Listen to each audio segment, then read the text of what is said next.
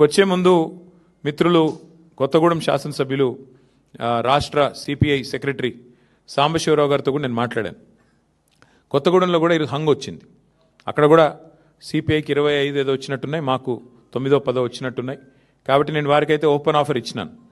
సింగరేణిలో జరుగుతున్న కుంభకోణాలు, సింగరేణిలో జరుగుతున్న దుర్మార్గాలు, అరాచకాలకు అడ్డుకట్ట వేయాలి అంటే డెఫినెట్గా మేము మీతో కలిసి వస్తాము. కాంగ్రెస్ బీజేపీని అడ్డుకోవాల్సిన అవసరం ఉంది. ఇంకొక మాట కూడా నేను చెప్తా ఉన్నా. నిన్న కేటీఆర్ గారు మాట్లాడుతూ సిపిఐ పార్టీ కార్మికుల హక్కుల కోసం బాగా పనిచేసింది కాబట్టి కొత్తగూడెంలో నేను ఓపెన్ ఆఫర్ ఇస్తున్నా అని చెప్పారు.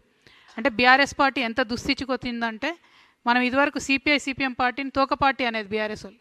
అంటే ఇప్పుడు ఆ తోక పార్టీకి తోకగా మారిపోయింది బీఆర్ఎస్ పార్టీ.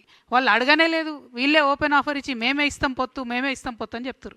కానీ ఇక్కడ నాకున్న అభ్యంతరం ఏంటంటే, సిపిఐ పార్టీకి సంబంధించి ఏఐటియుసి వాళ్ళు సింగరేణిలో అన్ని హక్కులను కూడా పొడగొట్టిరు. కార్మికులకు ఉన్నాయి, 1 కాదు 2 కాదు, లెక్క పెడితే ఒక 20 హక్కులు కార్మికులకు ఉన్నాయి, పోగొట్టిరు వాళ్ళు.